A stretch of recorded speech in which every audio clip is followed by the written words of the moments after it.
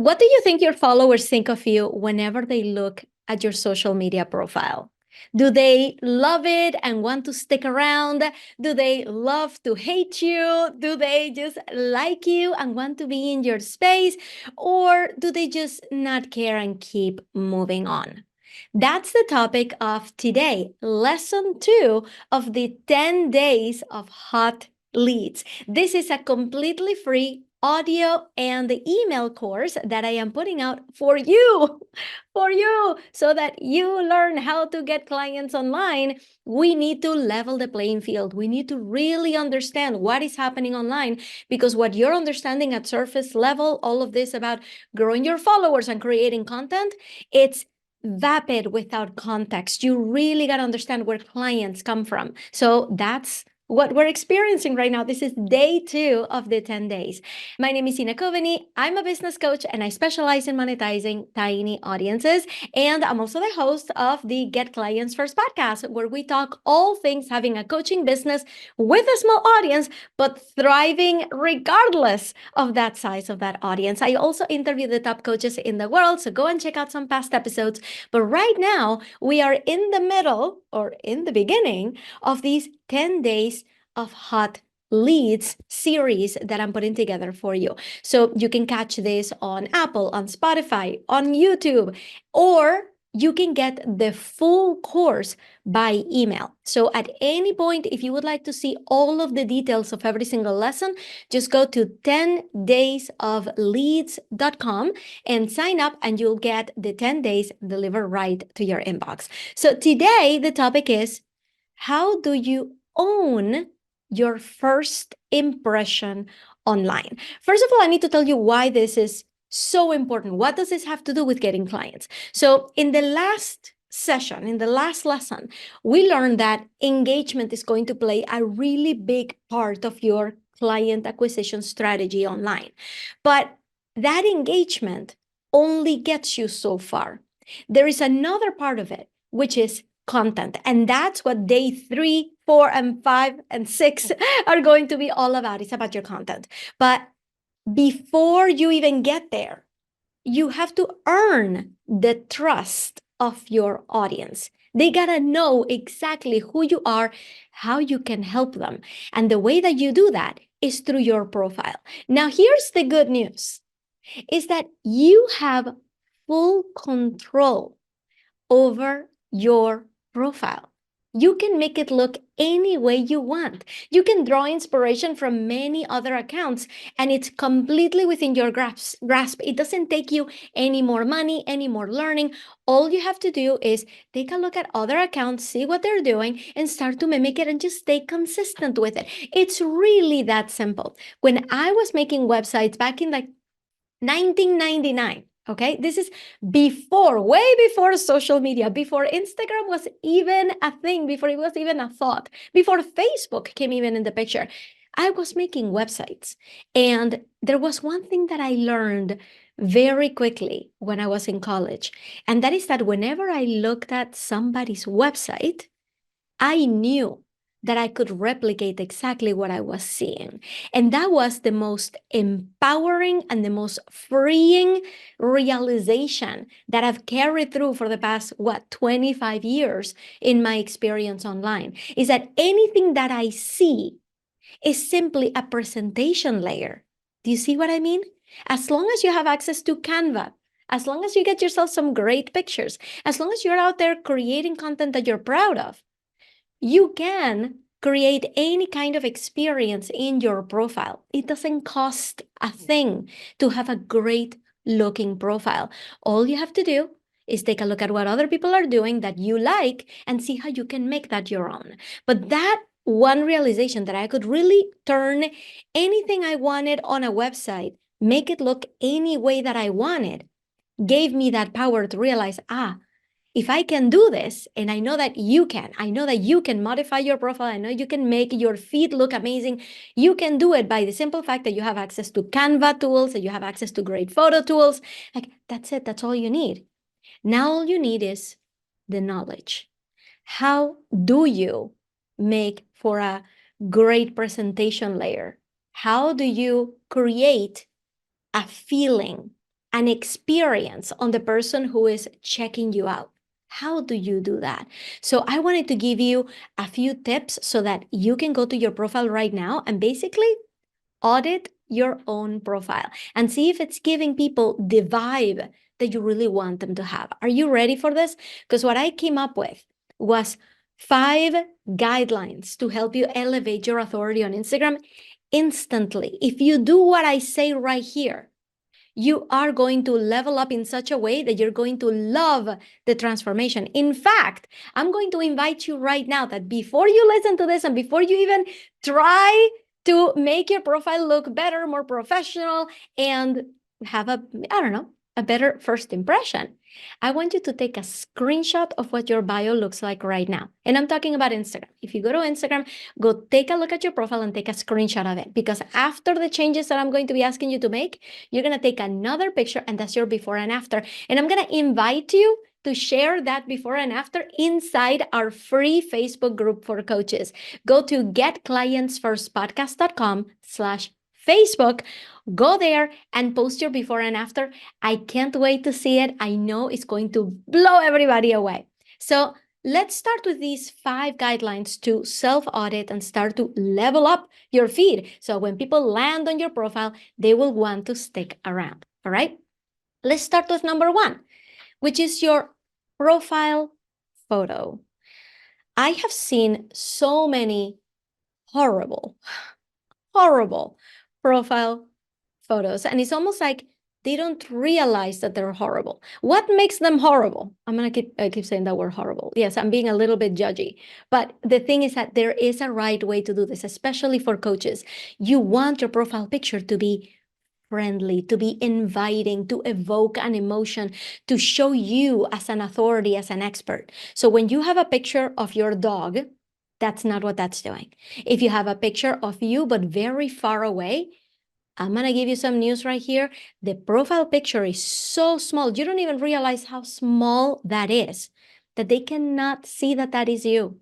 And they cannot even tell what is it that you're doing if it's that far away. So don't do it. It might be an amazing picture of you when you look at the whole picture, but in that kind of space, in that tiny, tiny little space that your profile picture goes into, it's not creating the effect that you think. So I'm going to give you some guidelines to have an amazing profile picture that you're really proud of. Are you ready? So the first thing is that I need to be able to see your face. Now, if you want your people to like you, to trust you, to see you as an approachable person, to like your personality, you will give me a smile. I have seen a lot of pictures where people don't smile. And the thing is that if you're not smiling, what is the vibe that you're sending off? Look at your picture. Look at the picture that you're considering posting where you're not smiling. What do you want it to convey? And if the answer to what that picture conveys matches what you want it to convey, then the picture is perfect. I have seen some pictures where people are not smiling, and it's on purpose. It's because they don't want you to think of them as their best friend. It's because they want you to see them as this higher level authority that is way beyond, way above you, right? So that's one way to go, but it's got to be intentional. So if you want to be friendly and approachable, you got to give me your best smile. And you also need to make sure that in the picture, I can see the full contour of your head and neck. All right? Do not give me a picture that is just your face. Do not give me a picture that cuts off parts of your head. Give me a picture where I can see the full contour of your head and your maybe a little bit of your shoulders, but definitely your neck. All right. I need to be able to see that because that will create some space in the background, because guess what you're going to be doing in that background? You're going to be putting your branding color. You want your profile picture to pop. So if in your background is some, blinds from a window or a closet or some dull colored curtains, it's not going to cut it. You want your picture to pop. So whatever your branding color is, that's what's going to go in the background. All right. So if you make those changes to your profile picture, you're going to level up right away. I can't wait to see what you come up with. Please do share the before and after. I can't wait to see it. Let's go to the second one. This is one that it's a real pet peeve of mine, and I want it to be a pet peeve of yours as well. When you go to somebody's profile, right below it, there's something called the category label, which is something that Instagram adds because you selected from a dropdown what kind of business you are. So it's possible that right now your category label says coach, or it says entrepreneur, or it says product or service, or something else. Remove that. Remove that right now. You do not need your followers' eyes to go straight to information that is not going to give them any information at all. All right. You want them to focus on the things that are really going to be impactful. So remove that label. It's not, you don't need it. All right. It's not something that you are going to need right there in your profile. So how do you do that? Write this down. Or by the way, if you get the full email version of this, all of these steps are laid out right there. Okay, so go to 10daysofleads.com, download it, and you're gonna get the full thing. All right, so go to your profile on Instagram, go to edit profile, scroll to the bottom, click profile display, and then uncheck the display category label. Remove that thing. All right, let's go to number 3. Your name. And I'm not talking about your username, although we could have dived a little bit into that today. We're not going to. I'm going to leave your username alone for now. But your name on Instagram is the place where if you go searching for something, that field, that name field is searchable, which means that if you came up with a title that you like for yourself, in the beginning of my business, I used to call myself a salary replacement expert. But people are not searching online for salary replacement expert. You know what they're looking for? Business coach. That's what they're looking for. So I needed to let go of the fancy titles that nobody understands, that I'm the only one who gets, right? That I think it's clever. I had to let that go. And I had to adopt one that would be searchable and that people would understand exactly what I do by me saying those words, because that serves me with a small audience a lot better than having some fuzzy title that people don't understand. So I'm not going to tell you to change your title. If you love your title, great. But give me, in addition to your title, give me a title that other people will be searching for. Are you really a life coach? Are you a mindset coach? Are you a spirituality coach? Are you a business coach? Give me that in the name. So you can put your full name, please include your last name, make yourself searchable. When people type Ina Coveney on Google, they find my Instagram account. That's what you want. When people type you up, you want them to find you. So put your first and last name, and then put your title, then put your searchable title, make sure people can find you. And if you want, you can add any credibility markers in there, like author, podcaster, and speaker, anything like that you can add. You can separate it by pipes, you can separate it by dots, whatever you're comfortable with, but make sure that you put that easy to search, SEO-friendly title in your name. Next, number 4, let's talk about your bio. Okay, you guys know that I come from the website world. I have a computer science degree. I made websites. I worked in software consulting. I worked in software project management. Software is my thing. And I worked with and learned a lot about user experience, something called UX, user experience. What is user experience? When you are creating a website or an application, right? A custom app, a mobile app, you need to remember what would make this feature or this thing intuitive.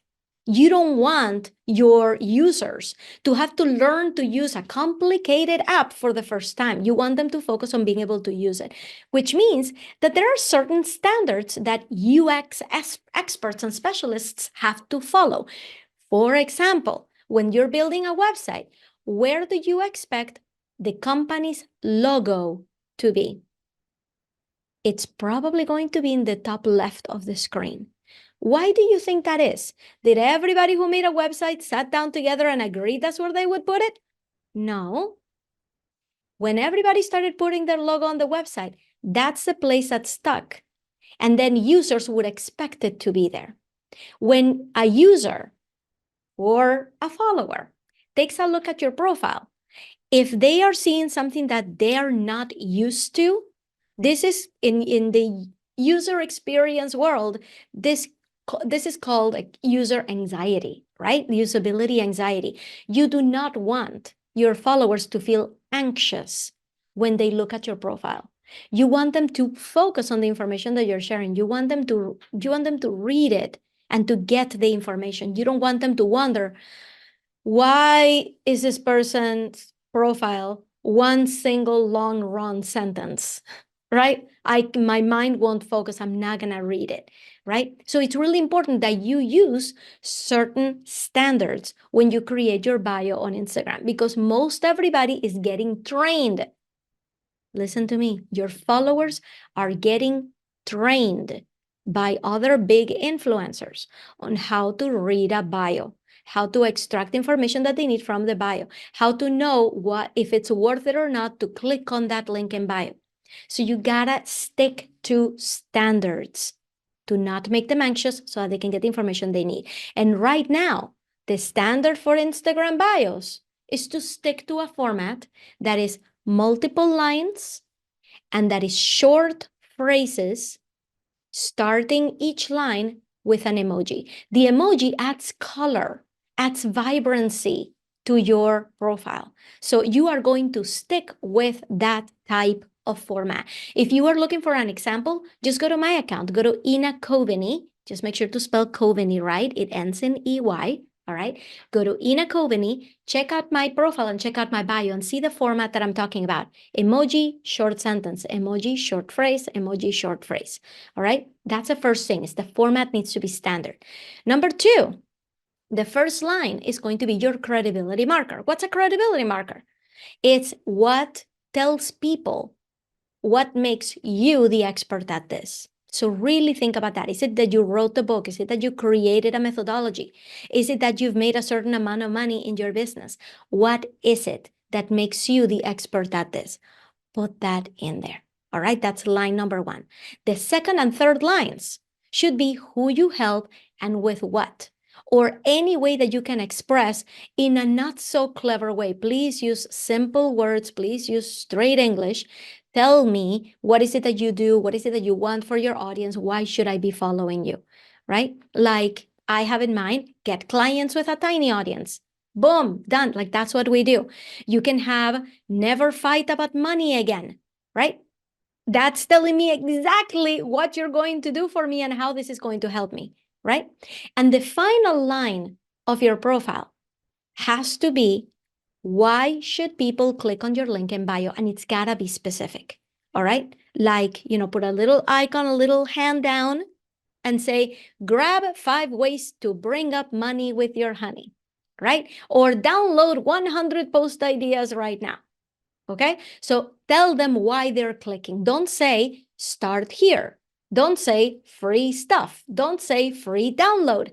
Nobody cares that it's free. It's not a free t-shirt that people are flocking to. In order for them to click, they need to know what they're clicking into and why, to increase your chances that they will actually get that thing. Which leads me to the final guideline, which is your link in bio. Okay, I feel like I'm on a soapbox right now and just like telling you how it is. If I were auditing somebody's account, these are the things that I wish I could tell them and scream from the rooftops, okay? So here's about the link in bio. There is this universal truth about the digital world, right? And this comes again from my software background. The more clicks you put between the user and the final action that you want them to take, the harder it is going to be for them to get there. In fact, you're going to start losing people. It's almost like a race, right? Like if there was a 10-mile race, right?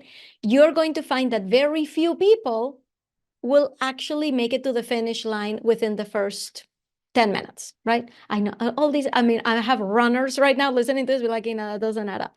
What I'm saying is you're going to notice that very few people are going to be in the lead and a lot of people are going to be in the back. And some people might never actually finish the race. It's sort of like that with clicks. If I make you click on a link and then I make you click on another one, and make you click on another one, statistically speaking and reality speaking, if you analyze how many people made it all the way through to the final click, to the final of the 5 clicks, is going to be fewer and fewer and fewer. In other words, every click that you put between them and what they need to do will inevitably remove the possibility that they will actually make it there, right? Fewer people will actually make it. So for your link in bio, think about it that way. If you have a link tree, some people may actually click on your link in bio, but then after that, they just drop off.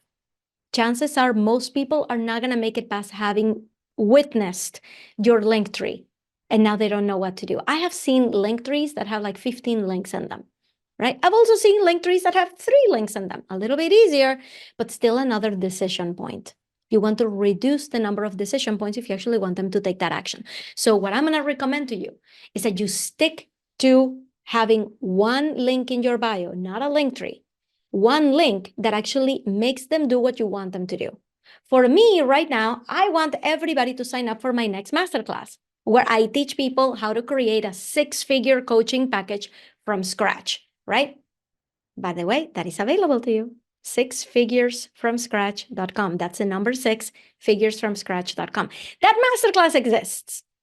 And I want everybody to watch it because I think it's so good. I think it really helps you reframe the coaching universe so that you can actually make it. It explains, I get passionate about this. Like it explains, this masterclass explains why some coaches make it to 6, 7, and 8 figures and some don't, right? So I want everybody to go to that masterclass, even though I have other things going on. I have my podcast. I have a beautiful website. I have articles that people have written about me. I have articles that I have written about people. I have so many things that I would love to share. I have this 10 days of hotleads.com. I want to share this too. But I really got to focus on the one thing that I'm promoting at the time. And the masterclass is the one thing for me. If anybody comes to check out my profile, all I want them to do is sign up for that masterclass. That is all I want from them. All right. So I'm going to encourage you to really think about what is it that you really want out of your followers. What do you really want them to do? And that's what you're going to put in that link. Now, acknowledge that the harder it is for a cold audience to take that action, the fewer bites you're going to get. So if you're looking for your cold audience to set up a meeting with you, that's a kind of a tall ask. But if I give your cold audience a freebie, something completely free that they don't have to talk to anybody about, they can just go and do and sign up on their own, that's a lot easier for them to do. So keep it easy, keep it cold audience friendly, and make it one single link. So that right there gives you the framework for how to self-audit your profile. Because before we get started talking about content in the next lesson, I need that profile to be tip-top shape. Before I send you off to actually talk to people, to actually engage with your followers, I want to know that when your followers click on your profile, they're going to see a professional who knows what they're doing. They're going to see exactly what is it that you do, and they're going to understand it so that they will want to follow and stick around. So these are the guidelines. Congratulations, you basically just audited your own Instagram account. I want to see the results. Make sure to come and join us inside the Facebook group, getclientsfirstpodcast.com/Facebook.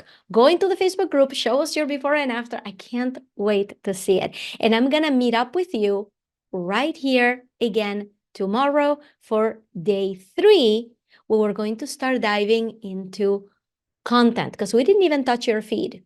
We gotta talk about your feed and your content strategy. That's coming up next. Thank you so much for coming here. And remember, if you would like all of these lessons written out, that email course completely for free, go to 10daysofleads.com. See you tomorrow.